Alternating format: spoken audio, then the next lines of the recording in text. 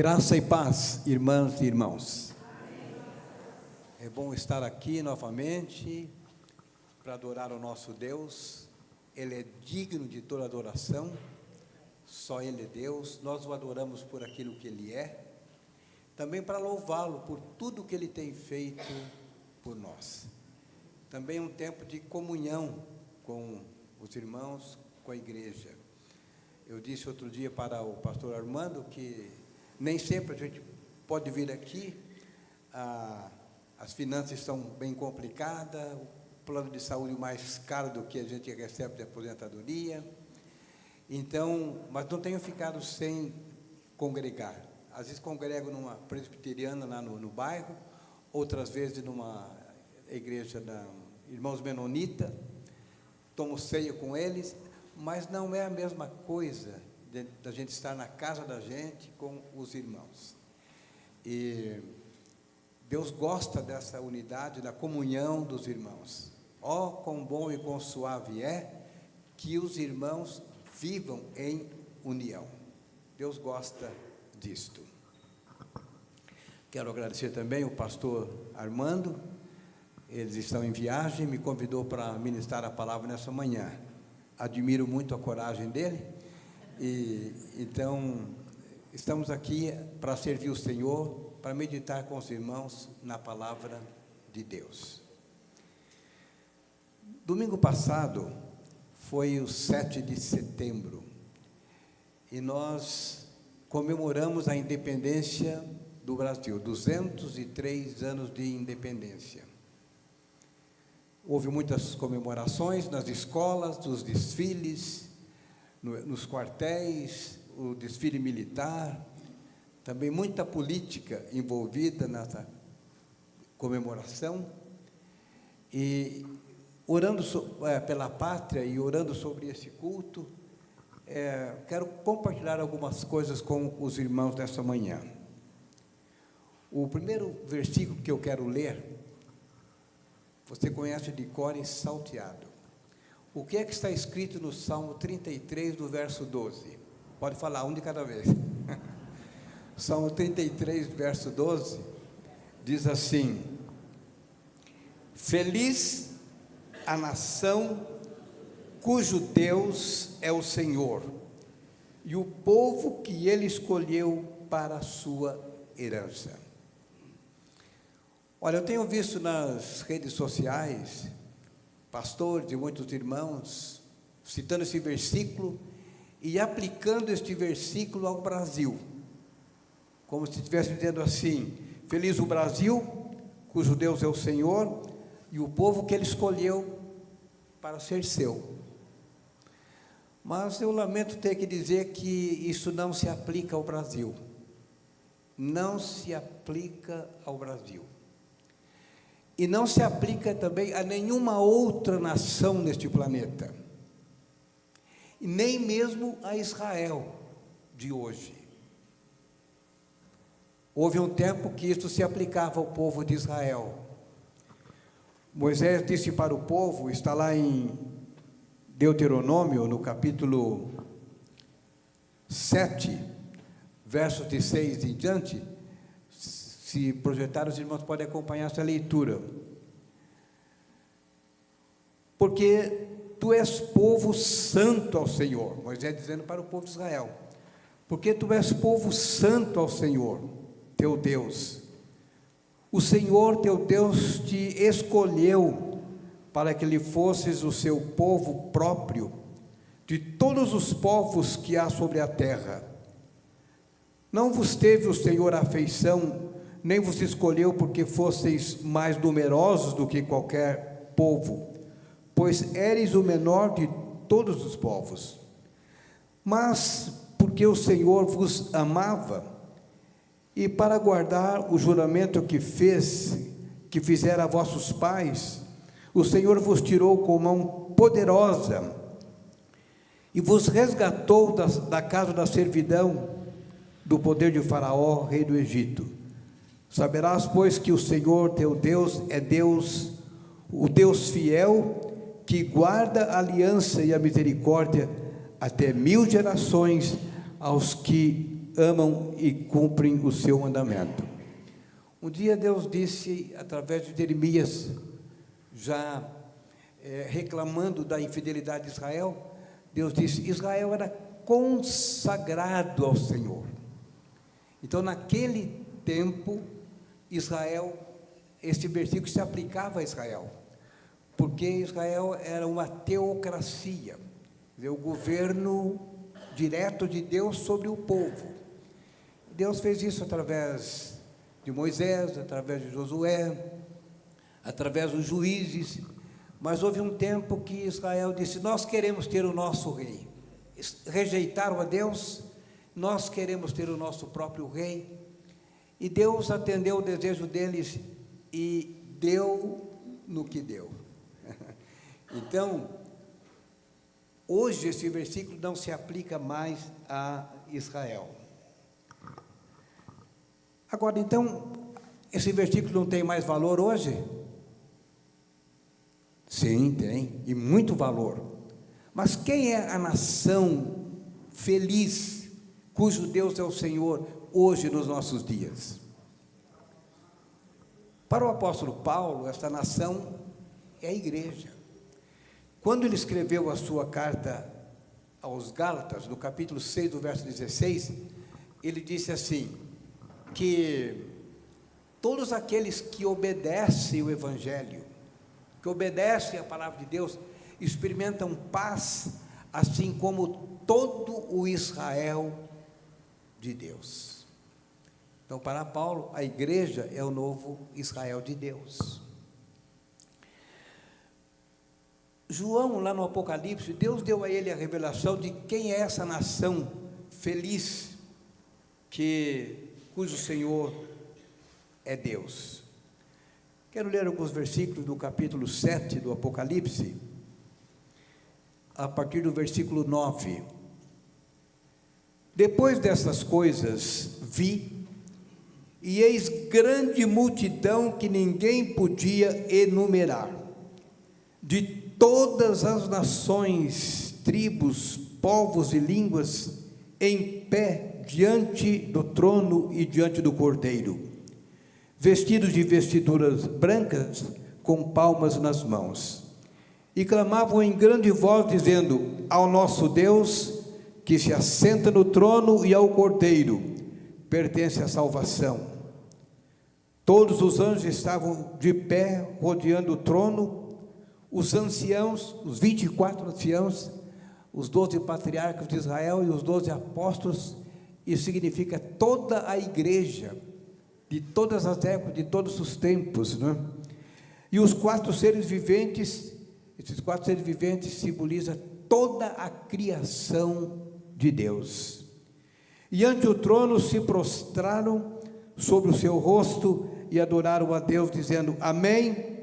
O louvor e a glória e a sabedoria e as ações de graças e a honra e o poder e a força sejam o nosso Deus pelos séculos dos séculos. Então, qual é a nação que é feliz porque Deus é o Senhor?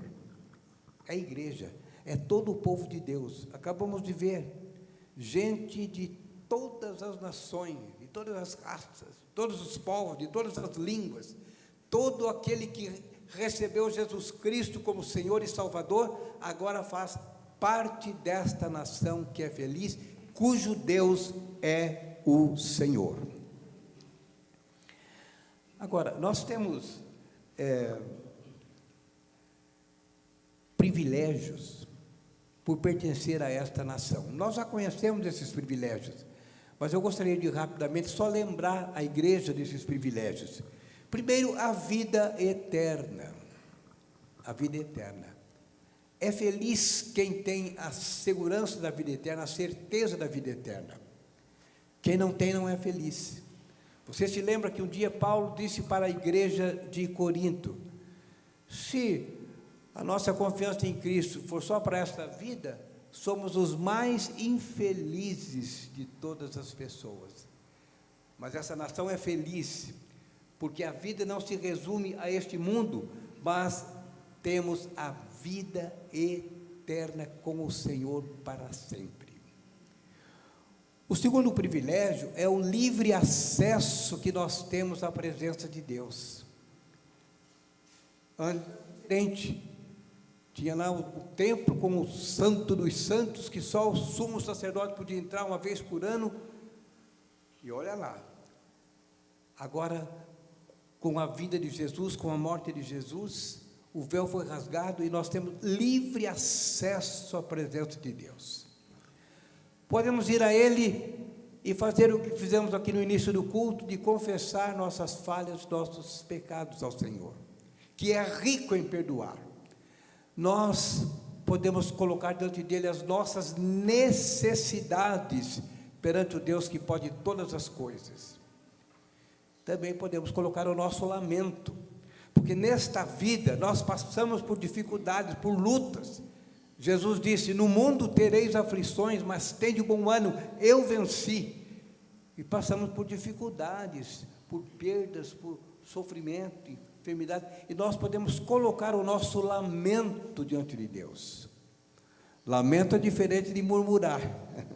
Murmuração entristece a Deus, mas Deus atenta para o nosso lamento. Temos até um livro na Bíblia, que é o Lamentações de Jeremias, lamentando a situação do povo de Deus por causa da sua rebeldia, por causa da sua desobediência. Nós temos o privilégio da comunhão com Deus, de ter comunhão com Deus. Como é que se tem comunhão com Deus? Temos comunhão com Deus quando nós estamos lendo a palavra e meditando nela, Deus está falando conosco. Temos comunhão com Deus quando nós oramos, quando nós louvamos, quando nós nos reunimos, nós temos comunhão com Deus. E isso não deve ser de vez em quando, mas uma constante. Todos nós podemos dizer, precisamos dizer, como diziam os profetas do Antigo Testamento: o Deus em cuja presença eu vivo. Então, ter comunhão com Deus é um privilégio que nós temos. Paz, mesmo nas dificuldades da vida, paz. Às vezes o mundo não entende, como é que pode ter paz numa situação desta? Mas o apóstolo Paulo disse que nós temos a paz de Deus que excede a todo entendimento humano, extrapola o entendimento humano. É paz mesmo nas lutas, nas dificuldades. Uma vez fizeram um concurso para ganharia o prêmio aquele que pintasse o quadro que melhor representasse a paz. E alguns pintaram um quadro com um campo florido, as borboletas voando, outros um lago bem sereno, tranquilo. Mas o que ganhou foi alguém que pintou uma cachoeira, uma queda d'água, talvez como a Foz do Iguaçu, as cataratas, e uma árvore plantada perto desta cachoeira, um galho que se estendia sobre a cachoeira, e ali um ninho, uma avezinha, e a mãe cuidando do seu filhote no meio de toda aquela turbulência. A paz de Deus que excede a todo o entendimento humano.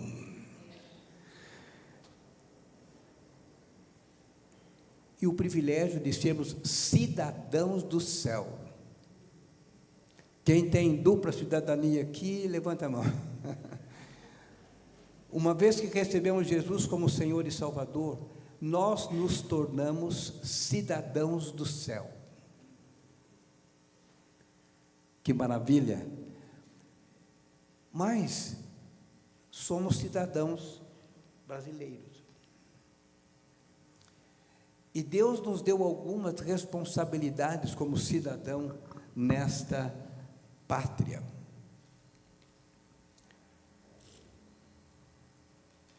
Quando Deus permitiu que o povo dele fosse levado para o cativeiro, em Babilônia, o povo estava lá no cativeiro, e Deus mandou Jeremias dizer para o povo o seguinte, está lá em Jeremias 29, 7, Deus disse para o seu povo: procurai a paz da cidade para onde vos desterrei, e orai por ela ao Senhor, porque na sua paz vós tereis paz. Como orar por aquela nação? Um povo violento, um povo idólatra, um povo que não conhecia Deus, que não temia Deus, um povo terrível. Mas Deus permitiu que o seu povo fosse para lá. E Deus disse para o seu povo: procure a paz da cidade onde eu coloquei vocês. Orai por ela ao Senhor, porque na sua paz vós tereis paz. Agora, você vai dizer, mas isso é lá do Antigo Testamento? Será que nós temos alguma ordem, alguma direção para os nossos dias? Sim. Paulo, quando escreveu a sua primeira carta a Timóteo, no capítulo 2, verso 2, ele diz assim: ore em favor dos reis e de todos os que se acham investidos de autoridade, para que vivamos vida tranquila e mansa, com toda piedade e respeito. Agora eu pergunto, você tem orado pela nação, pela nossa pátria? Eu tenho orado todos os dias. Pelo contrário, o que eu tenho visto às vezes nas redes sociais, até mesmo por pastores e por crentes, é xingamento ao governo, às autoridades. Isso não é certo. Deus não mandou a gente xingar as autoridades, Ele mandou orar pelas autoridades. É autoridade. Ah, pastor, mas é corrupto. É autoridade. Ele vai prestar conta da corrupção dele diante de Deus. Quando Jesus estava perante Pilatos, Jesus se calou, e Pilatos disse: você não sabe que eu tenho autoridade para te matar e para te soltar? Jesus disse: nenhuma autoridade você teria sobre mim, se de cima não te fosse dado. Então, não cabe a nós, às vezes nós ficamos bravos com as nossas autoridades, e criticamos e xingamos, mas não é isso que a palavra de Deus diz. Lá no Antigo Testamento, Deus disse para o seu povo: ore lá por Babilônia, ore pela cidade onde eu coloquei vocês, ore pela paz da cidade, porque na paz dessa cidade vocês vão ter paz. Deus nos colocou no Brasil com tanto problema, tanta corrupção, tanto crime, tanta violência, tanto escárnio, tanta promiscuidade. Mas o que a palavra de Deus diz é: ore pelos reis, pelas autoridades, para que vocês possam ter dias tranquilos. Eu tenho orado todos os dias. Às vezes sou meio ousado na oração, mas até hoje Deus não me repreendeu. Eu acho que Ele está aceitando. Porque eu digo assim: Senhor, aquela autoridade, aquele governante que é corrupto, permita, Senhor, que a corrupção dele venha à tona, e que seja tratado segundo o rigor da lei, para que caia temor sobre os outros. Senhor, trata com aquele juiz corrupto que vende sentença. Orienta os juízes nesses tribunais para que a justiça seja feita. Oro pelo presidente, pelos governadores dos estados, por aqueles que fazem as leis, os vereadores no município, os deputados estaduais no estado, os deputados federais e senadores âmbito nacional, para que façam leis justas, para que o povo seja abençoado, para que haja justiça, para que haja menos desigualdade social, para que haja mais justiça. Então, é o que a Bíblia nos ensina: orar por aqueles que estão investidos de autoridade, para que possamos ter dias tranquilos. Então, a primeira coisa que Deus nos manda fazer como cidadãos brasileiros é orar pela nossa pátria. Os americanos que orem pela pátria deles, os japoneses e outros, mas Deus nos colocou aqui, podemos orar por eles sim, mas a nossa prioridade é orar pelo país onde Deus nos colocou. Uma outra coisa que Deus pede que cada um de nós, crentes, sejamos, é sal da terra. Eu tenho orado também muito pela igreja, porque tenho ficado perplexo com tanto escândalo que tem acontecido no meio do povo de Deus. Falsos pastores que se intitulam pastores, abrem até a igreja para praticar os seus crimes, se escondendo atrás da cruz. Há tanta imoralidade, desvio de dinheiro, problema sério.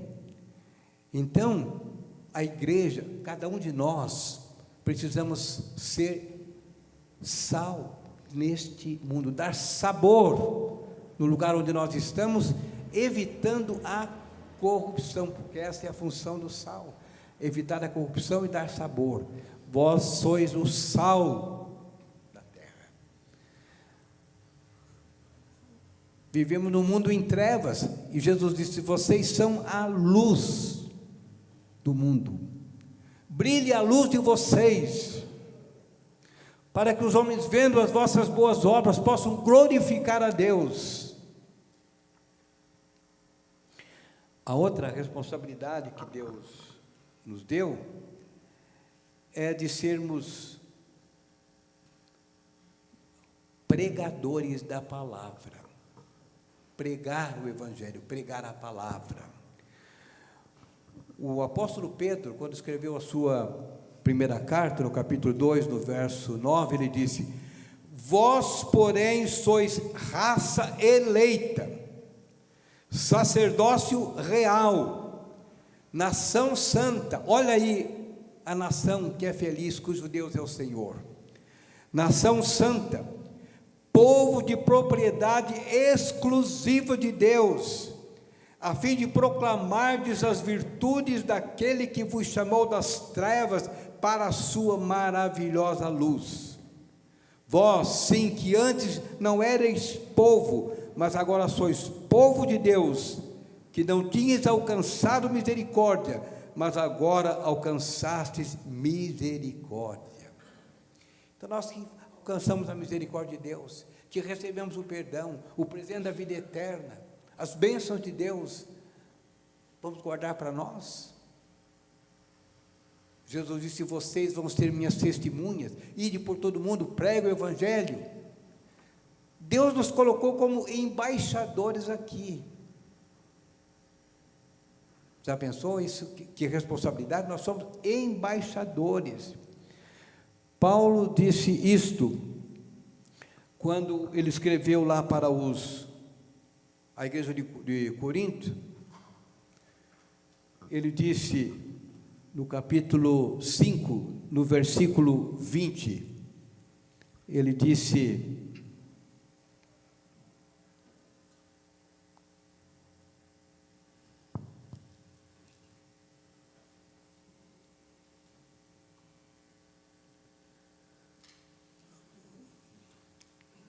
Segunda Coríntios, no capítulo 5, no verso 20, ele disse que Deus nos deu a tarefa de sermos embaixadores, de falarmos com as pessoas em nome de Deus.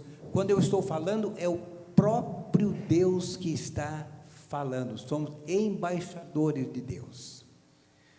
E também nós vivemos numa época em que parece que os crentes estão calados, não estão compartilhando a sua fé, testemunhando a sua fé com outras pessoas.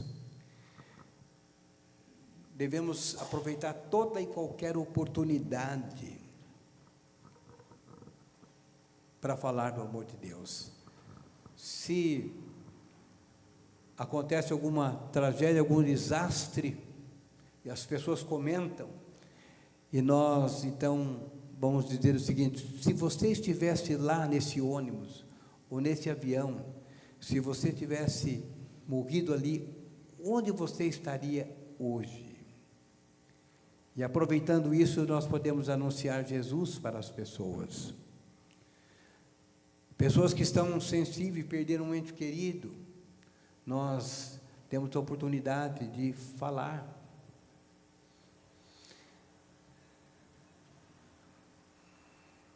Temos falado? Quando a pessoa vem reclamar da situação, ela chega para uma irmã e diz assim: olha, eu estou tão desesperada, eu não sei o que fazer da minha vida.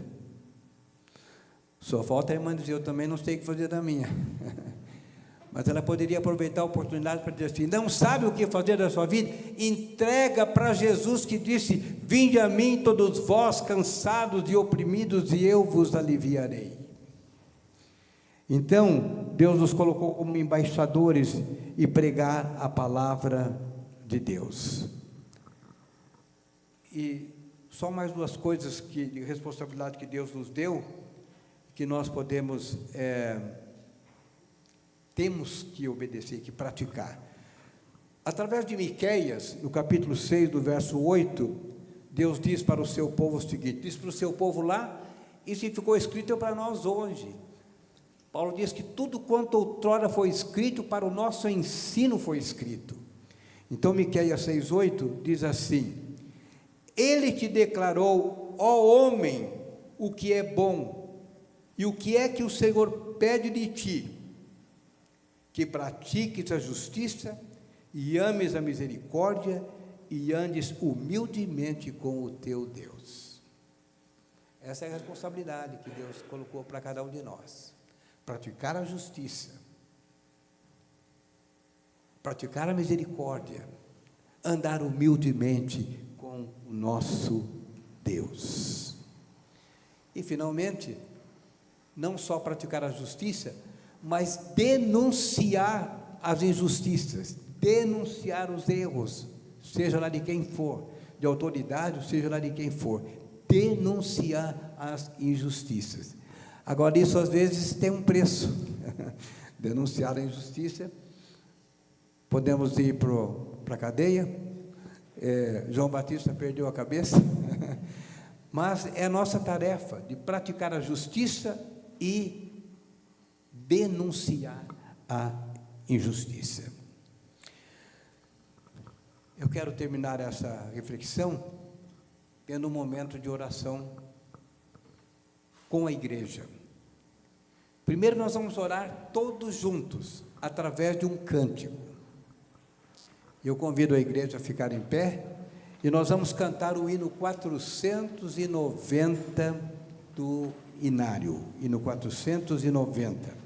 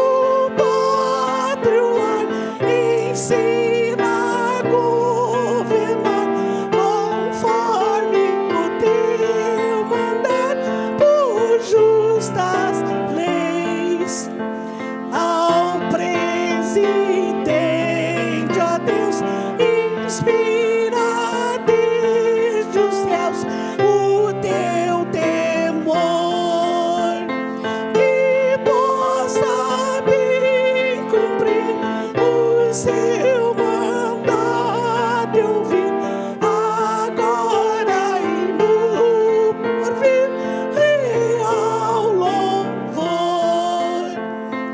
A cara pátria tem sustento e tudo bem de ti, Senhor. Aos pobres dá comer, aos ricos faz viver, que sempre é bom viver em mútuo amor. Poder supremo Deus me para os altos bens, a redenção.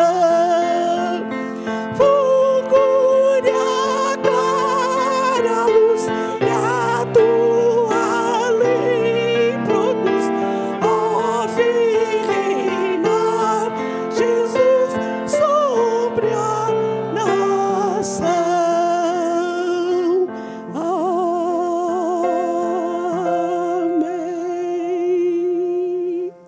Amém. Amém. Amém.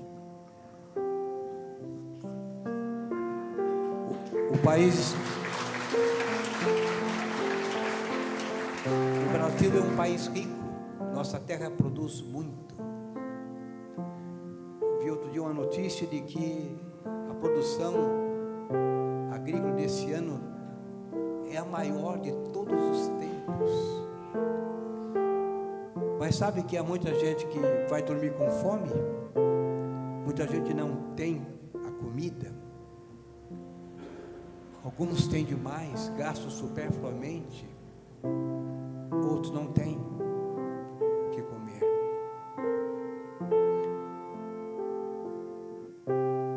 Com essa crise que os Estados Unidos estão impondo sobre os países com esse tarifaço, as coisas ficaram caras para ele.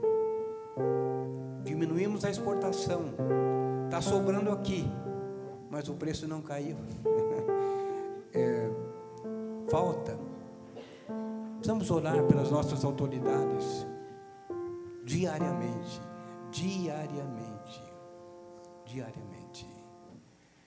Já oramos todos juntos, cantando esse hino. Agora eu quero dar um tempo para que cada um faça a sua oração agora, pela nossa nação, pela nossa pátria. Todos podem orar.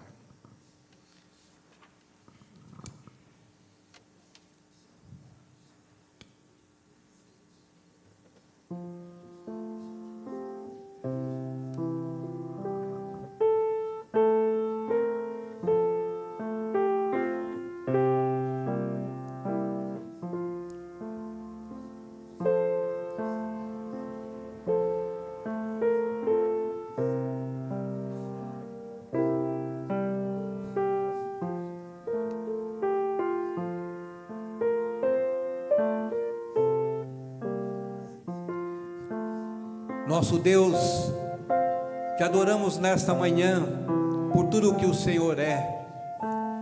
Nós te louvamos por tudo que o Senhor tem feito, principalmente, Senhor, pelo privilégio de termos a vida eterna, de fazermos parte da nação que é feliz, onde o Senhor é Deus.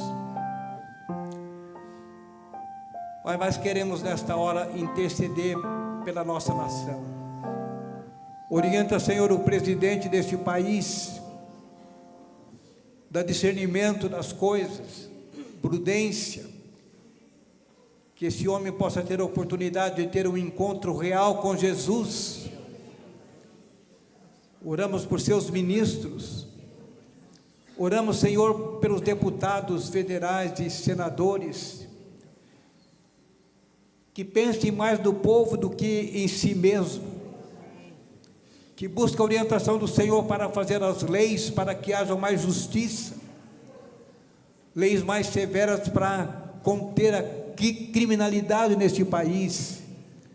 Orienta governadores, prefeitos, os juízes nesses tribunais, para que sejam íntegros e não vendam sentença e façam justiça. Pelo trabalho da polícia, Senhor, tem misericórdia deste país. O Senhor tem abençoado, é um país abençoado que produz. No entanto, há tantas pessoas que não têm nada, não têm onde morar, não têm assistência médica, não têm alimento, não têm agasalho. Ó Senhor, tem misericórdia desse nosso país. Pai, nós cremos que o Senhor pode enviar o Teu Espírito para se mover nesta nação, dando uma fome para o povo brasileiro, fome de conhecer Tua Palavra, de estudar Tua Palavra, sede de conhecer o Deus vivo, que eles se decepcionem com sua idolatria, seus falsos deuses, sua feitiçaria, suas superstições, que este povo se volte para o Senhor. Ó Pai, eu anseio para que haja um avivamento de norte a sul, de leste a oeste. Ah, se o céu se abrisse e o Senhor descesse. Pai, tem misericórdia do nosso país, tem misericórdia do nosso país. Também oramos por aqueles países que estão em guerra, tantas pessoas sofrendo, pessoas inocentes, sem comida, perderam membros do corpo, membros da família, suas casas, tanto sofrimento. Pai, que esses líderes possam chegar a um acordo. Nós sabemos também que tudo isto é um sinal de que a vinda de Jesus está próxima. Pai, abençoa a igreja, o Teu povo espalhado sobre a face da terra, que o Teu Espírito possa agir na vida de cada um de nós, mostrando-nos aquilo que não está certo na nossa vida, dando convicção de pecado, para que o Teu povo se arrependa diante do Senhor, para que o Senhor cumpra aquela promessa lá do Antigo Testamento: se o povo que se chama pelo meu nome se humilhar, orar, se converter dos maus caminhos, me buscar, eu ouvirei dos céus, perdoarei os seus pecados e sararei a sua terra. Pai, tem misericórdia de nós, ouve a oração do Teu povo nesta manhã, é o que nós te pedimos em nome de Jesus, amém e amém. Vamos dizer todos juntos: feliz a nação cujo Deus é o Senhor. De novo, feliz a nação cujo Deus é o Senhor.